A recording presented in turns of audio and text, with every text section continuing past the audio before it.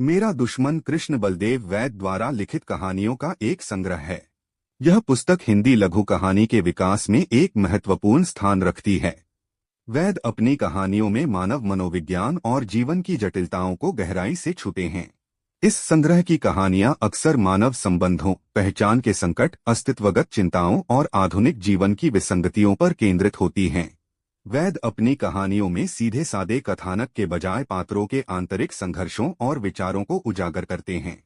उनकी भाषा कहीं कहीं जटिल और प्रतीकात्मक हो सकती है, जो पाठक को सोचने पर मजबूर करती है।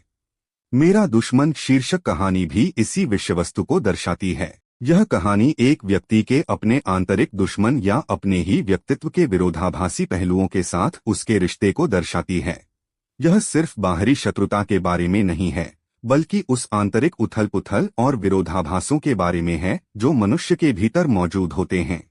वैद की लेखन शैली मनोवैज्ञानिक गहराई, व्यंग्य और कभी-कभी हास्य से भरपूर होती है।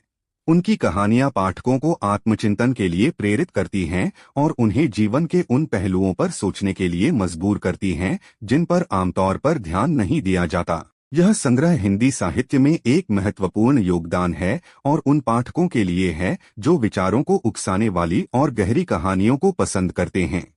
यह पुस्तक 1947 के भारत-पाकिस्तान विभाजन के दौरान शरणार्थी के रूप में वैद के अनुभवों से भी प्रभावित हो सकती है, जैसा कि उनके अन्य कार्यों में देखा गया है। हालांकि मेरा दुश्मन विशेष रूप से विभाजन के बारे में नहीं है, लेकिन मानवीय त्रासदी और आंतरिक उथल-पुथल की छाप उसमें मिल सकती है।